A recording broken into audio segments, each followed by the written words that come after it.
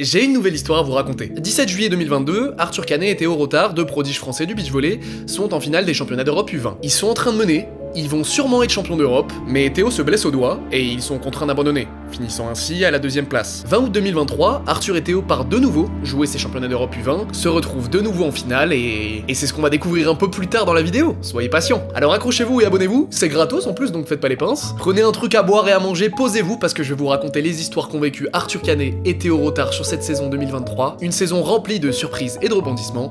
C'est parti. Si vous suivez la chaîne, Arthur et Théo, vous les connaissez. Et si vous venez débarquer, pas de soucis, je vais tout vous expliquer. Ils sont champions du monde U19 de beach volley, titre qu'ils ont remporté en 2021. Ils sont coachés par Stéphane Canet, le père d'Arthur, qui avant d'être coach était également joueur professionnel de beach volley. Bon, il joue plutôt pas mal au beach volley puisqu'il s'est qualifié aux Jeux Olympiques d'Athènes en 2004 de beach volley, et c'est le dernier français qui a réussi à se qualifier aux Jeux Olympiques de beach volley, avec son partenaire de l'époque, bien sûr, Mathieu Hamel, puisque le beach volley ça se joue à deux. On a déjà fait une vidéo avec Arthur et Théo l'année dernière, mais depuis il s'est passé beaucoup de choses pour eux. Ils ont traversé des moments de doute, d'échecs, de réussite, de joie, de tristesse, et vous allez découvrir tout ça dans cette vidéo. Comme je vous l'ai dit, Arthur et Théo jouent au beach volley, et même si je suis sûr que vous avez déjà tous tapé dans un ballon de beach l'été sur la plage, je suis persuadé que personne ne sait comment fonctionnent les grosses compétitions internationales. Donc je vais vous expliquer ça, et promis je vais faire court, j'ai pas non plus envie de vous saouler avec ça. Déjà ici, au contraire d'autres sports comme, je sais pas, le basket ou le foot, il n'existe pas qu'une seule équipe par pays. Un pays est donc représenté par plusieurs équipes de 2 joueurs, et même si je vous l'accorde ça fait bizarre, on peut donc avoir des matchs France contre France. Et Arthur et Théo forment une de ces équipes de France. Ils peuvent donc, sous le drapeau français, participer à plusieurs compétitions internationales, compétitions d'ailleurs divisées en 2 catégories. D'un côté on a les compétitions européennes, comme l'Euro au foot par exemple, et ensuite les compétitions mondiales, les compétitions purement internationales, où toutes les nationalités peuvent participer. Si on continue l'allusion avec le foot, je pense bien sûr à la Coupe du Monde. Et les performances à chacun de ces tournois, en plus de rapporter des sous, rapportent des points. Et au niveau mondial, c'est avec ces points qu'on va classer les équipes. Par exemple, la paire la mieux classée au monde c'est Molsorum, les champions olympiques en titre, c'est eux qui ont le plus de points, donc ils sont numéro 1 mondiaux au classement. Et c'est avec ce nombre de points que tu vas pouvoir participer à des tournois plus ou moins prestigieux. Promis, j'ai bientôt fini de vous expliquer, mais c'est vraiment important que vous compreniez ça. Sur le circuit mondial par exemple, on distingue 3 types de tournois. Les tournois futurs, les tournois challenge et les tournois Elite 16. Et les tournois Elite 16 étant les plus prestigieux, c'est vraiment le top du beach volley mondial, c'est ceux qui rapportent le plus de points. Des compétitions comme ça, donc futur, challenge, Elite 16, il y en a plusieurs tout au long de l'année, et c'est avec ces compétitions là que tu peux essayer d'engranger des points, des sous aussi forcément, et après c'est avec ce nombre de points que tu peux espérer participer aux compétitions les plus prestigieuses du beach volley, à savoir les championnats d'Europe, les championnats du monde, ou bien sûr le Graal pour tout joueur de beach volley, les Jeux Olympiques. Voilà, j'en dis pas plus promis avec ce système de points parce que je veux pas vous saouler. Je vais pas rentrer dans les détails de combien il faut de points pour aller à tel tournoi, non franchement on s'en fout. Je voulais juste que vous compreniez que voilà, il y avait plusieurs types de tournois internationaux. Ce qui est un peu particulier avec Arthur et Théo, c'est qu'ils sont relativement jeunes. Ils sont tous les deux nés en 2004 et ils ont donc 19 ans, ils vont avoir 20 ans là en 2024. Mais le problème, c'est pas vraiment un problème, mais ils ont déjà tellement accumulé de points qu'ils peuvent déjà aller participer sur des tournois futurs, des tournois challenge ou des tournois d'élite 16, donc l'élite du beach volley mondial. Mais à côté de ça, comme ils sont encore relativement jeunes et qu'ils ont que 19 ans, ils jouent encore aussi avec leur catégorie d'âge, donc à savoir U20 et U21. Et si je vous raconte tout ça, c'est pour que vraiment vous compreniez que c'est quasiment une anomalie pour des joueurs si jeunes d'aller se confronter aux plus grands tournois internationaux. Donc tout au long de leur saison 2023, Arthur et Théo auront donc oscillé entre tournois du plus haut niveau, en allant affronter des champions olympiques, des champions du monde, des champions d'Europe, et aussi tournois avec leur catégorie d'âge, donc U20 et U21. Et maintenant que vous connaissez le fonctionnement du beach volley à l'international, il était temps pour moi de me rendre à Montpellier, là où s'entraînent Arthur et Théo pour vous raconter leur histoire, et vous allez voir qu'elle a pas été facile. Cette année 2023, après leur préparation hivernale, tout a commencé le 11 mai pour l'équipe Arthéo, ici, en France, à l'île de Ré, pour jouer un premier tournoi européen, appelé tournoi WEFSA. En termes de niveau, c'est clairement pas l'un des plus grands tournois qu'ils aient joué cet été, ils étaient d'ailleurs favoris pour remporter le tournoi. Est-ce que pour toi c'était un bon moyen de démarrer la saison? Oui, le tournoi WEFSA c'était un moyen intéressant parce que déjà c'était un tournoi international, c'était en France, donc c'était une bonne échelle pour jauger un peu les niveaux et savoir un peu où on en était dans la saison. Donc pour démarrer, c'était super. Ils atteignent sans problème les demi-finales, où ils affrontent Maxime Capet et Julien Legrand, 2 joueurs initialement plus de volley en salle, mais qu'on a l'habitude de voir tous les étés sur le circuit de beach volley en France, et qui sont d'ailleurs vice-champions de France en 2022. Arthur et Théo remportent le premier set assez facilement, et dans le deuxième set, alors qu'ils sont en train de mener 19-10, Il se passe ça. Julien Legrand sert, Théo Rotard fait une réception, on va dire qu'elle est compliquée, pour rester correct. Arthur parcourt la distance Paris-Marseille pour aller sauver le ballon, puis Théo renvoie la balle. Maxime Capet joue intelligemment en essayant de renvoyer le ballon à l'opposé des joueurs, mais c'est sans compter sur Arthur Canet qui fait le retour Marseille-Paris, cette fois-ci pour aller sauver la balle de nouveau. Théo lui donne du temps et de la hauteur, et Arthur a la lucidité de placer le ballon à côté des mains de Maxime Capet. Moi je peux vous dire que comme un gros débile, Max j'aurais frappé dans tes mains. Et en général, quand tu mets ce genre de points, qu'en plus derrière tu gagnes la demi-finale sans vraiment avoir été inquiété, ah bah t'arrives en finale boosté et plein de confiance, hein, normal. Mais en finale, tout se passe pas comme prévu. Alors qu'ils sont favoris du tournoi et qu'ils sont boostés pour remporter ce match, ils tombent contre Eloane Chouik-Barbès et Tom Altwis, deux jeunes joueurs français de beach volley, eux aussi en équipe de France jeune, qui ont d'ailleurs aussi bien perfé en 2023. Et même s'ils sont censés être les favoris du tournoi, tout se passe pas comme prévu pour Arthur et Théo. Ils perdent le premier set 25-16, ils sont menés dans le deuxième set 7-4, heureusement pour eux ils arrivent à inverser la tendance, à remporter ce deuxième set et à aller donc au set décisif qu'on appelle le tie-break, mais alors qu'ils ont la balle de match en main, à 14-13, ils se font reprendre et vont finalement perdre le set 17-15 et donc perdre le match de 7-1. Bah, sur le moment, moi j'étais hyper frustré parce qu'on avait un peu le match en main justement. Bon, c'était au tie-break et on sait que contre Eloane et Tom, c'est toujours hyper serré. Et ouais, un peu frustré de commencer la saison sur une deuxième place. Commencer une saison sur une victoire, c'est toujours le chemin le plus facile entre guillemets, parce que tu te prépares tout l'hiver pour reprendre ta saison, t'attends que ça, et donc reprendre par une victoire, c'est un peu la facilité quoi. Et ensuite du coup tu te reposes un peu sur tes lauriers en mode ouais bon, le premier tournoi on l'a gagné, c'est bon, ensuite ça va dérouler la suite, tu vois. Donc tu commences par une frustration directe. Ouais non, c'est très bien en fait. Moi je préfère commencer dans le dur pour finir en haut. Et du coup ensuite ça te met direct la tête sous l'eau dès le début quoi, pour qu'ensuite tu remontes la pente au fur et à mesure. C'est bien quand ça arrive à ce moment-là parce que du coup les semaines qui suivent tu peux travailler sur le sujet plus facilement puisque ça a impacté les joueurs.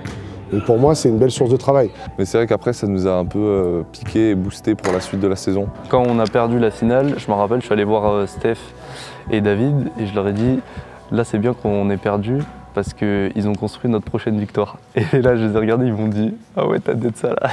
Sauf que malheureusement, leur prochaine victoire, elle n'y est pas arrivée tout de suite.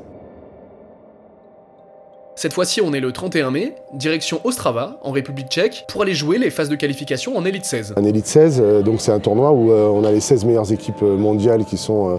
les 12 meilleures sont dans le tableau final, et après on a 16 équipes en qualification, on a 2 matchs pour passer, et du coup on tombe dans les 16 meilleurs mondiaux. Donc là, il faut se remettre dans le contexte, on a Arthur et Théo qui viennent de perdre en finale d'un petit, entre guillemets, tournoi européen, et là ils s'apprêtent à jouer une phase de qualification pour un Elite 16, l'élite du volley mondial. J'insiste vraiment pour que vous compreniez à quel point la différence de niveau est énorme. En plus de ça, comme le niveau est tellement élevé et qu'il faut tellement de points pour rentrer dans ce tournoi, cette fois-ci ils doivent passer par une phase de qualification. Et les qualifs c'est très simple, si jamais tu gagnes, tu rentres dans le tournoi, et si jamais tu perds, tu rentres à la maison. En qualification, tu as intérêt d'être au top de ta forme, au top de ta technique, au top de ton mental, au top de tout, pour pouvoir battre une grosse équipe, parce que toi en général tu es dans les derniers du classement, donc tu vas tomber une tête de série au premier match. On tombe en qualification contre les Américains, donc Partain Benesh, qui à l'époque n'était pas si connu que ça, parce que c'était le début de la saison, tout ça, ils n'avaient pas fait des énormes perfs. Et donc pour nous, dans notre tête, c'est en mode ok, on a eu le bon tirage, tu vois.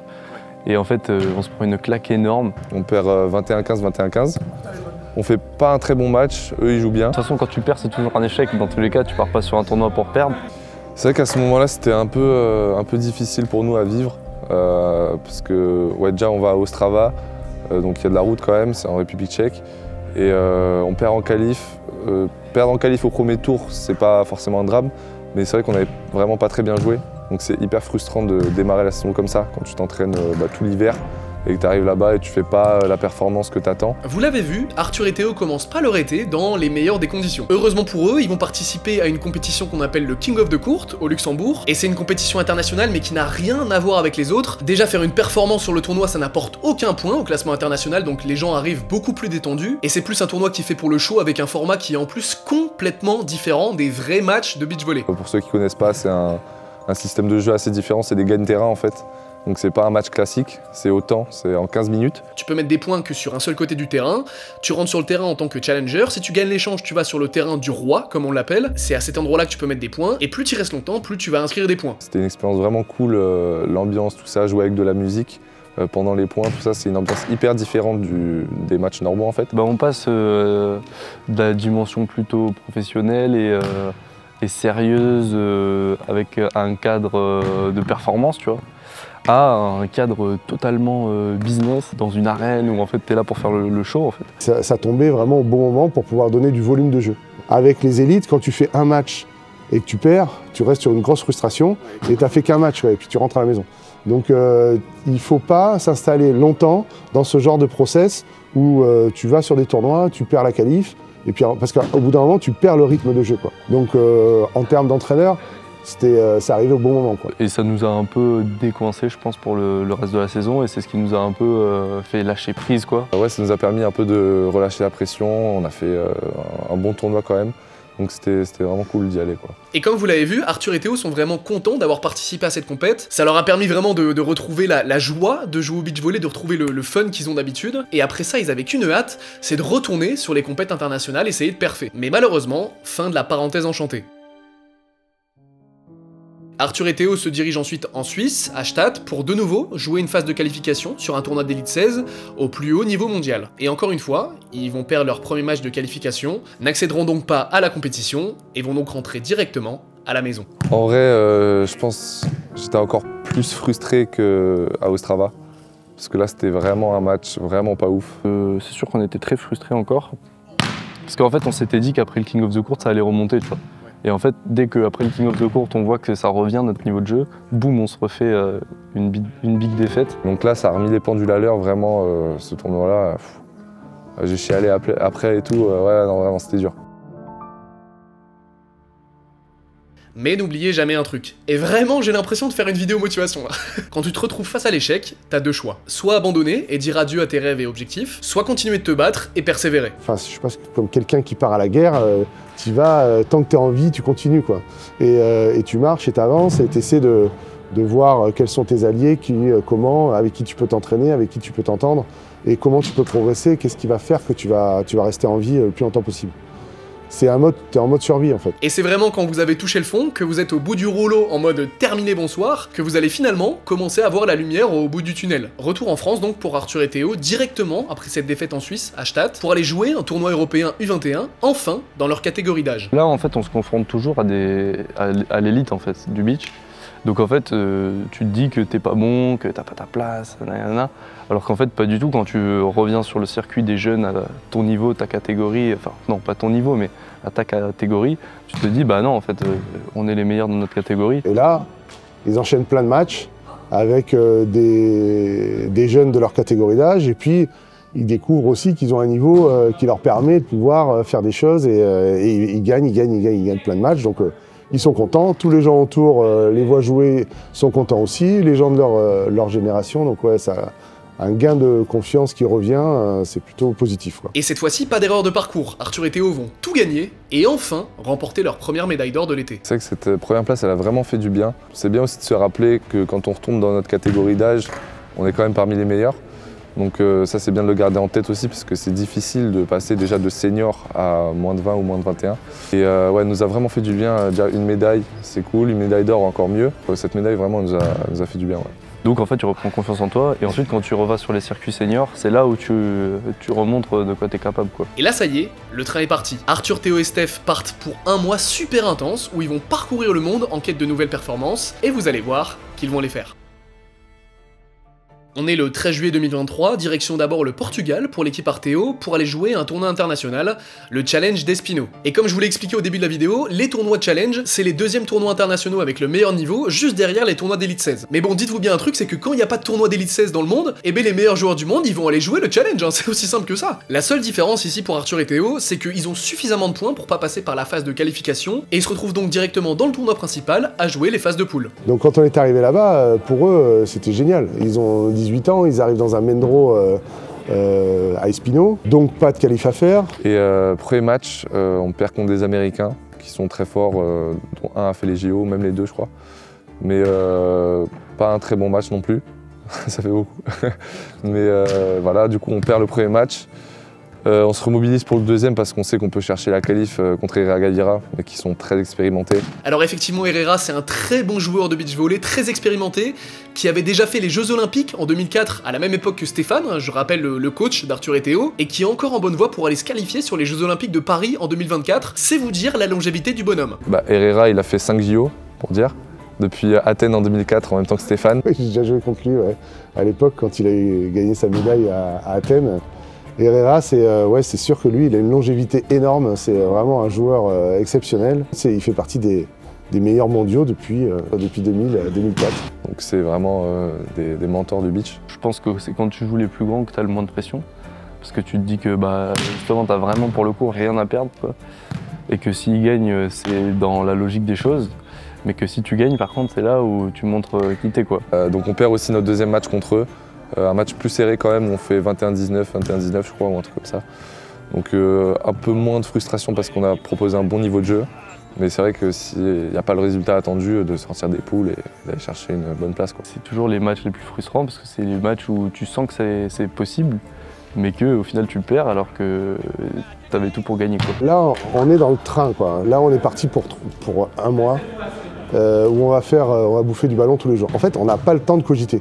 Donc à partir du moment où leur match est perdu, le lendemain, entraînement le matin, entraînement l'après-midi, muscu, et on enchaîne comme ça. Après, le lundi, on prend l'avion, on part à Edmonton. Donc en fait, c'est une continuité de choses. On est le 20 juillet, direction donc le Canada, à Edmonton, pour un nouveau challenge, tournoi de même niveau que celui d'Espino au Portugal, toujours sans devoir passer par les phases de qualification. Edmonton déjà, pour ceux qui connaissent pas, l'ambiance est bizarre. Ouais, c'est vrai qu'à Edmonton c'est assez particulier parce que ils avaient fait des terrains sur un grand parking en fait.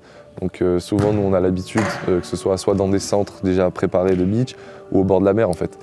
Et là, c'était sur un grand parking où tu avais les 6 terrains. On arrive d'une ambiance super cool au Portugal avec la plage et tout, dans une ambiance, alors là, plein centre-ville à Edmonton. La ville des zombies, c'est une ville hyper capitaliste, donc en fait, tu as des extrêmes. Tu as soit des super riches, dans des super gros bâtiments énormes, super luxueux et tout, soit des très pauvres, des SDF qui sont sous héroïne, sous des trucs de fou, quoi. C'est vrai que dans les rues, on a croisé quelques énergumènes un peu titubants. Du coup, en fait, genre, tu traverses la rue pour aller au beach, t'as genre 5 zombies derrière toi qui te poursuivent et tout, donc tu vas en footing, genre. Mais bon, au-delà de l'ambiance un peu particulière, Arthur et Théo arrivent surtout avec une grosse envie de perfer. Et là, encore, on est dans le main draw. Et on a 2-3 jours, parce qu'on n'a pas les qualifs, pour aborder le tournoi. Il y a une grosse envie de pouvoir perfer. C'est là où ils se disent, bon, maintenant... on est dedans, en fait ils n'ont pas à se poser la question. Ils arrivent avec l'envie de perfer, et ça y est, ils vont perfer. Ils commencent d'abord par gagner leurs 2 matchs de poule en gagnant contre une équipe du top 10 mondial, et si je prends le temps de préciser le classement de l'équipe en face, c'est parce que c'est important pour les Jeux Olympiques. Alors pour ceux qui savent pas, et je vois pas comment vous pouvez ne pas savoir, mais en 2024 en France, y a les JO à Paris. Et comme la France est le pays hôte, on a le droit à une wildcard, ça veut dire qu'on envoie automatiquement une équipe jouer les Jeux Olympiques, peu importe le nombre de points qu'ils ont, s'ils ont suffisamment de points pour les jouer normalement ou pas, comme on est pays hôte, on a le droit de qualifier d'office une équipe pour jouer les Jeux. Mais le problème c'est que comme je vous l'ai dit, au beach volley, on a plusieurs équipes de France, on envoie qui? Et bien une des règles qui a été fixée par la Fédération Française de Volley, c'est que l'équipe qui veut avoir cette wildcard doit avoir obligatoirement battu une équipe du top 10 mondial. Alors attention, ça veut pas dire que Arthur et Théo vont aller au JO, mais au moins ils ont coché cette case-là, et ils sont donc potentiellement éligibles à aller au jeu avec cette wildcard. Bref, parenthèse refermée, je vous disais donc Arthur et Théo remportent leurs 2 matchs de poule, et ils arrivent donc en 8ème de finale. Ils se retrouvent face à une équipe suisse, et je pense qu'ils ont encore des traumatismes de leur tournoi à Stade en Suisse, donc ils leur mettent 2-0. Accession donc en quart de finale, où ils vont jouer une équipe norvégienne, où cette fois-ci, ils vont perdre 2-0, ils terminent donc à la 5ème place du tournoi. Du coup, c'était notre 2e challenge de toute notre vie. Et puis là, on arrive à faire un quart de finale. C'est déjà ouf. On bat en poule 2 équipes australiennes, dont une était top 10 mondiale. Donc c'est vrai que ça nous a fait hyper plaisir. On était hyper motivés pour la suite. Et ils avaient raison d'être motivés pour la suite, parce qu'elle allait être grandiose. Après Edmonton, Arthur et Théo s'envolent vers Montréal pour aller jouer un Elite 16 qui débute le 26 juillet. De retour dans l'élite du volley mondial, où il faut passer pour eux par une phase de qualification parce qu'ils n'ont pas encore assez de points pour rentrer dans le main draw. Retour donc dans la situation où si tu gagnes pas ton premier match, tu peux aller prendre l'avion. Je passe rapidement sur ce tournoi parce que Arthur et Théo malheureusement n'arriveront pas à passer cette phase de qualification. Ils ont affronté Herrera Gavira, encore, dont on a parlé tout à l'heure, et même si cette fois-ci ils ont réussi à les amener au tie-break, ça n'a pas suffi. Mais c'est maintenant que la plus belle partie de la saison allait commencer. À peine rentrés du Canada, direction Vienne, en Autriche pour nos 3 compères, parce qu'ils ont la possibilité d'aller jouer les championnats d'Europe. Pas les championnats d'Europe U20, les championnats d'Europe tout court, les championnats d'Europe seniors quoi. Les championnats d'Europe senior, c'est la vraie reconnaissance. C'est-à-dire que c'est la première fois qu'une équipe si jeune joue au championnat d'Europe senior. Donc on est dans les 32 meilleures équipes européennes. Je sais pas si vous vous rendez compte à quel point c'est ouf, c'est comme si au foot tu prenais les U19 de l'équipe de France et ils allaient jouer l'Euro contre le Portugal de Ronaldo. On arrive là-bas vraiment confiant et heureux de faire partie de cette famille, mais avec un bagage où on a fait 2 semaines de vie avec le World Tour. C'est-à-dire que tous les gens qui sont sur le championnat d'Europe, où on s'est entraîné avec eux, où on les connaît, il y a ce côté très amical en fait qui s'installe. On n'est plus dans un état d'esprit où on est tellement heureux d'être là que on découvre tout. Là, on arrive vraiment et en mode guerrier, tu vois. Et là, du coup, dans notre tête, c'est vraiment step up et boum. Là, c'est parti pour un mois, genre. Ici, pas de phase de qualification pour Arthur et Théo, ils arrivent directement en poule avec 4 équipes. Bon, dans la poule, ils tombent quand même avec Aman Elvig, les actuels numéro 2 mondiaux, c'est pas rien. On n'avait jamais joué contre Aman Elvig, donc jouer contre Aman Elvig, c'était vraiment génial, ils ont adoré ça. Bon, ça n'a pas été facile parce que ça va très vite avec eux. Du coup, ça nous a bien préparés, ils les ont accrochés sur un set ou 2, mais ça les a lancés dans le tournoi. Et Arthur et Théo, malgré leur défaite contre Aman Elvig, sortent de poule. Mais pas de chance au niveau du tirage pour la France, Arthur et Théo affrontent Calvin et Quincy Hayé, 2 frères qui représentent également la France sur les compétitions internationales. Et match un peu crève-cœur pour moi, hein, parce que j'adore les 4 joueurs. Pour ceux qui savent pas et qui sont arrivés en cours de route, l'interview de Quincy Hayé, c'était la toute première vidéo que j'ai sortie sur cette chaîne YouTube. Et bordel, quand je vois la qualité de l'image et du son à l'époque, je me dis qu'il y a quand même eu des progrès hein, depuis, on a bossé. Mais bref, je vous disais, match crève-cœur pour moi, qui termine bien pour l'histoire que je suis en train de vous raconter, parce que c'est Arthur et Théo qui remportent le match. En 16e, on gagne les 16e de finale. Et donc là, on est super content. Et en fait, on voit toutes les équipes qui restent à jouer.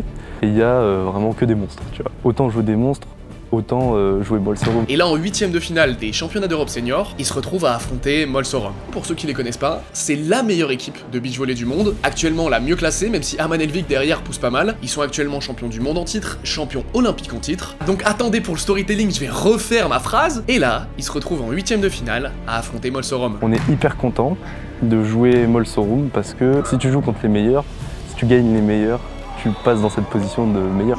Et donc ouais, on les joue donc en 8e de finale. C'est un match de ouf en fait. On arrive à les pousser au tie-break. Et au fur et à mesure du match, le terrain il se remplit de spectateurs. Le commentateur il devient fou, il commente le match comme un fou. Et le match il s'emballe. Genre dès que je fais une défense, genre ça crie partout et tout. Parce qu'à Vienne, c'est des malades en beach volley. Genre à Vienne là-bas, le beach c'est genre le foot ici, tu vois. Moi je suis juste à côté du staff de Molsorum. Ils voient jouer Arthur et Théo et ils me disent mais qu'est-ce qu'ils font hein? Qu'est-ce qui se passe là? Ils jouent fort là. Je dis ouais mais moi là j'étais en admiration devant leur capacité on va dire de combat parce qu'ils étaient vraiment dans le game quoi. Vraiment ils avaient envie de gagner, ils n'étaient pas là pour jouer Molsorum, ils étaient là pour essayer de jouer à leur niveau et au meilleur niveau possible. Donc il y a eu des phases de jeu exceptionnelles. Donc on sort un match de dingue. Où on joue super bien, on a assuré. Forcément, ils reviennent toujours. Ça se joue à 1 ou 2 balles à la fin, quoi. On arrive au tie-break et on perd 15-12. Mais sinon, super expérience et c'était un super bon tournoi. À la fin du match, je crois que Sorum il a envoyé un message à Arthur, génial quoi, c'est un message de transmission, j'adore. Et il m'a dit super bien joué pour ce match, j'espère qu'on se reverra vite. Et pour rigoler, ça commence un peu à devenir mon pote. Du coup, Christian, je lui envoie la prochaine fois, je te laisserai pas gagner, avec un clin d'œil, tu vois. Et là, il me regarde et il me fait si tu prends du plaisir sur le terrain et que tu continues à jouer comme tu joues maintenant, on va forcément se retrouver quoi. Moi je viens de perdre et je reçois ça, j'étais en mode oh, let's go. C'est vraiment les athlètes olympiques, ça c'est vraiment des vraies belles personnes quoi. Et là je suis vraiment d'accord avec Steph, pour moi c'est comme ça que tu reconnais les vrais champions. Et même si Arthur et Théo terminent leur parcours dans les championnats d'Europe senior par une défaite en 8e de finale, ils repartent avec la joie d'avoir accroché les champions olympiques, avec beaucoup d'expérience et surtout une envie démesurée d'aller remporter leur prochain tournoi. En rentrant de Vienne et de ces championnats d'Europe, Arthur et Théo s'apprêtent à jouer 2 compétitions super importantes à leurs yeux. Dans un deuxième temps, un tournoi futur à Montpellier qu'Arthur et Théo avaient joué l'année dernière et vous avez terminé à la 2e place. Mais surtout, la première échéance, c'était les championnats d'Europe U20, où Arthur et Théo avaient aussi l'année dernière terminé à la 2e place, mais c'était sur abandon pendant la finale alors qu'ils étaient en train de mener, parce que Théo s'était blessé. En plus de ça, Théo le pauvre, il s'en était beaucoup voulu, voilà un extrait de l'interview qu'on avait fait avec lui l'année dernière. Je me suis blessé le doigt, enfin je me suis fait une luxation ouverte du doigt, donc ça nous a fait fait forfait quoi. Ouais, on était en train de mener, ouais. C'est encore plus rageant, ouais. J'ai beaucoup culpabilisé sur le coup. T'es là, tu fais que cogiter en fait. Tu te dis et si j'avais fait ça à ce moment-là, et si on avait gagné plus tôt, et si, tu vois. J'essaie de tout refaire, mais c'est trop tard. J'ai vu du coup le prépa mental, tout ça, et il m'a dit tu peux rien y faire. Donc si tu peux pas agir, tu vas de l'avant, et puis t'en auras d'autres des médailles quoi. Ce background là d'avoir terminé à la 2e place d'une compète parce que t'as dû abandonner en finale alors que t'étais en train de mener, ça donne une force mentale de ouf. Ils allaient pas à ces championnats d'Europe U20 à Riga en Lettonie pour jouer les championnats d'Europe, ils allaient pour gagner les championnats d'Europe. Alors ça, c'était la compète qu'ils voulaient pas rater. Ça, c'est sûr que c'était une revanche à prendre. Ils voulaient absolument vraiment clôturer ce qui s'était passé l'année d'avant par quelque chose de bien, par une médaille d'or. Forcément, moi, dans ma tête, là, je suis là pour pas non seulement pour chercher une médaille, mais pour la gagner en fait, la médaille d'or. L'objectif c'était d'être champion d'Europe. Moi si j'allais en finale que je perdais, pour moi c'était pas une victoire, tu vois. Et tout au long de la compétition, Arthur et Théo vont vraiment rouler sur la compète. Bien sûr, ils ont eu parfois des matchs serrés, mais ils ont eu aussi des matchs où ils étaient relativement faciles. En même temps, ils passent de jouer les champions olympiques et les amener au tie-break à jouer en U20. Forcément, t'as un gap de niveau. Là, on était hyper motivés. En plus, on revenait du coup 10 jours avant des championnats d'Europe seniors, où un peu toutes les équipes jeunes avaient vu qu'on avait fait 15-12 contre Monsorum. Je pense qu'ils étaient étonnés aussi. Mais du coup, il fallait rester focus et vraiment jouer notre jeu à fond sur ces championnats d'Europe U20. Ouais, donc on a entamé ces championnats d'Europe en mode guerrier, quoi.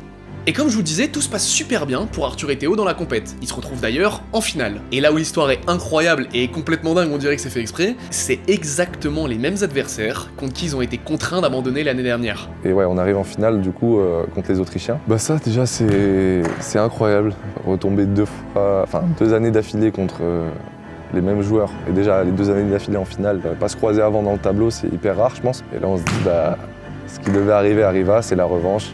J'avais encore plus envie de prendre ma revanche, même si à l'extérieur c'est vraiment nos potes, ils sont hyper cool. Mais là c'est le match et c'est le match, il fallait y aller quoi. Et là cette fois-ci, ni Arthur ni Théo vont se blesser et le match va prendre une toute autre tournure que l'année dernière. Cette fois-ci, ils vont se retrouver avec la balle de match dans les mains. Et cette fois-ci, ça sera eux, les champions d'Europe U20. Et regardez juste le visage de Théo au moment de célébrer la victoire, je trouve qu'il veut tout dire. Écoute, j'aurais bien aimé faire 2 médailles d'or d'affilée, hein, c'est sûr. Mais c'est vrai que ça a contribué à effacer un peu la frustration, de se dire au moins j'ai une médaille d'or en championnat d'Europe U20, j'aurais pu en avoir 0, j'aurais pu en avoir 2, ok, mais j'en ai au moins une. Donc ça c'est cool. Mais en tout cas, c'était bien de prendre notre revanche. Et c'est vrai que l'histoire, au-delà de ça, est belle. Je m'en souviens déjà à la fin du match, le kiné autrichien qui vient me prendre dans les bras. Il était là l'année dernière et il me prend dans les bras et on fond un peu en larmes tous les deux parce qu'il sait ce que j'ai vécu aussi. C'était une bonne expérience. Non, c'était une belle compétition. C'est une belle histoire. Ils ont survolé les championnats d'Europe U20. Ils avaient une agressivité, vraiment une envie de gagner, et c'est comme ça que tu construis aussi des athlètes. Et je pense que Steph a raison, que là Arthur et Théo sont vraiment passés de les petits jeunes qui performent à une équipe senior de beach volley qui est encore partie pour gagner de nombreuses choses sur les années à venir. Ah, au fait, je vous ai pas dit là, le tournoi à Montpellier qu'ils avaient perdu l'année dernière où ils avaient fini 2e, médaille d'or. Ils jouaient aussi dans la même période la Coupe de France des clubs de beach volley, médaille d'or. Pas content, triplé. Oh, l'imitation de Kylian Mbappé, c'est Kylian M raté là. Et là, leur saison internationale était pas encore finie. Mais je vais pas rentrer dans l'énumération de tous les tournois qu'ils ont fait. Je l'ai fait au début parce que ça me permettait de raconter une super belle histoire, avec surtout une super belle morale. Parce que la morale de l'histoire, c'est ça, c'est que Arthur et Théo, ça a vraiment pas été facile pour eux au début de l'été. On a vu même Théo qui a dit qu'il a fini en pleurs. Mais au final, ils ont continué de persévérer, de croire en eux, et finalement, ça a fonctionné. Bah moi, j'ai ce côté-là de relativiser vachement vite et prendre du recul sur la situation parce que j'aime bien ça et ça me fait un peu positiver la chose. Mais c'est sûr que je pense qu'un athlète en général pourrait forcément péter les plombs au bout d'un moment. Mais après, nous on a la chance d'avoir un super bon staff, une super bonne famille qui nous maintient sur la bonne direction pour pas péter les plombs au bout d'un moment, parce que quand t'enchaînes les défaites, forcément après t'as la tête ailleurs, quoi. Je vous affiche bien sûr le détail des performances d'Arthur et Théo tout au long de cette saison 2023. Après ces médailles à Montpellier, ils ont notamment fait une 5ème place en Inde, à Goa sur un tournoi de challenge, et encore une médaille sur un championnat du monde U21 à Hue, en Thaïlande, avec d'ailleurs une ambiance qui était incroyable, hein. Je vous mettrai bien sûr au montage quelques images, vous allez voir l'ambiance était juste folle. Cette médaille qu'ils ont fait au championnat du monde U21, c'est une médaille de bronze, donc 3ème place, ils terminent quand même à la 3ème place, et là où certains pourraient se dire ouais putain je suis trop content, je vous mets un peu un extrait de leur réaction en interview, vous allez voir un peu dans quel mental et dans quel état d'esprit ils sont. Mon objectif c'était d'être champion du monde parce que moi 4ème ou 3ème je suis pas premier donc je m'en fiche un peu et donc je pensais plus à tout ce que ça engendrerait de finir 4ème que 3ème et donc c'est pourquoi on a super bien joué en demi, en place 3-4. Au final, bilan super positif pour Arthur et Théo sur cette saison. Comme vous l'avez vu, ça a pas été facile, mais ça a plutôt bien terminé. Et ils terminent surtout meilleure paire française au niveau du classement international, puisqu'ils sont à la 34e place. Quand on fait le bilan, il y a pas mal de bonnes perfs. Il y a aussi des mauvaises perfs, mais comme toutes les équipes.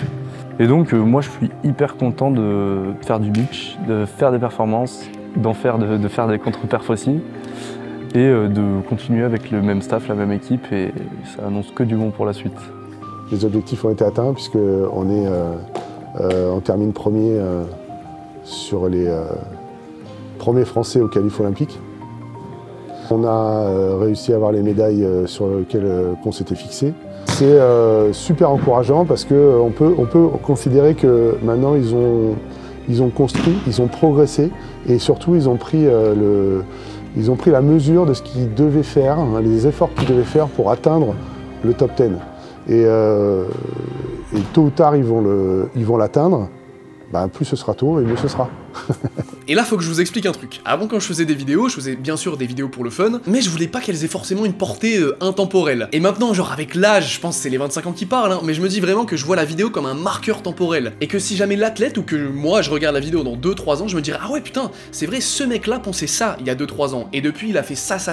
Et je trouve ça incroyable parce que rien qu'avec cette vidéo-là, par exemple, l'histoire des championnats d'Europe de l'année dernière là, où Théo disait qu'il était ultra frustré, et ben au final il les a gagnés cette année. Donc c'est un truc de ouf. Et maintenant, à la fin de chaque interview, je pose une question sur le futur, genre tu te vois où dans X années? Et du coup, comme Arthur et Théo, on a déjà fait une vidéo l'année dernière, on fait une vidéo cette année, peut-être qu'on en refera une l'année prochaine, je leur ai posé la question, alors qu'est-ce qu'on se dira dans la vidéo pour 2024-2025? Voilà les réponses. Moi je pense qu'il va y avoir d'autres performances et les objectifs que je m'étais fixés en junior la saison dernière, là ça va être des objectifs qui vont passer senior. C'est vrai que c'est compliqué comme question parce que déjà il y a l'échéance principale qui est les Jeux Olympiques.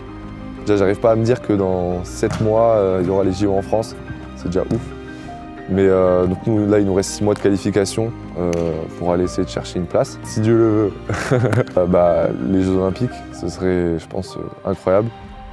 Mais sinon à part ça, j'espère qu'on se dira qu'on est arrivé à rentrer dans le top 20 mondial et qu'on aura pas mal de breloques, voilà, de médailles. Ben, on va la faire sous la Tour Eiffel. On essaiera de se dire putain, elle est belle, hein, elle est grande.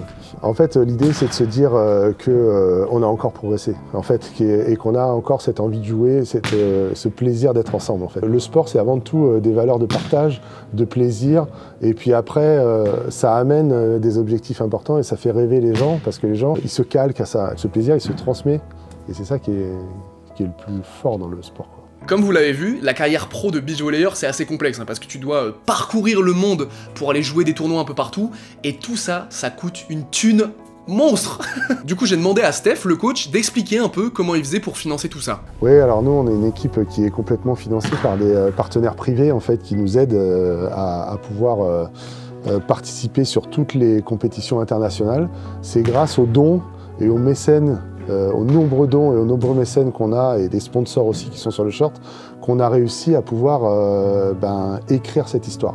On les remercie énormément parce qu'il y a tout un staff qui travaille derrière pour pouvoir financer ça. Et il y a un partenaire en fait qui est vraiment important pour nous, c'est la Banque Populaire du Sud, qui nous aide depuis le début et qui croit en nous et qui est un partenaire olympique important. Et c'est grâce à ce genre de partenariat qu'on arrive à faire les résultats qu'on crée et que l'équipe elle se construit. Voilà, c'est Merci partenaire. Alors à l'heure où j'écris cette vidéo et du coup je prononce ce que j'ai écrit, j'ai aucune idée de combien de temps durera la vidéo. Alors je sais pas si elle fera 20, 30, 40 minutes, en tout cas je sais un truc, c'est la vidéo la plus longue que j'ai jamais écrite. Et ce qui m'attriste, c'est que c'est loin d'être la vidéo la plus longue que je vais sortir. Les vidéos qui vont arriver prochainement, j'ai genre 4-5 heures de rush, ça va être super long, ça va être des films. Hein. En tout cas j'espère que vous aimez ce format long, je viens de regarder là sur la caméra, il me reste 1 minute sur la carte SD pour enregistrer. Je vous remercie énormément de l'avoir suivi, j'espère que vraiment ça vous plaît. Merci d'être toujours de plus en plus nombreux. Abonnez-vous, c'est le plus important. Je vous dis à très bientôt pour une prochaine vidéo. Merci beaucoup de l'avoir suivi. Des bisous, ciao.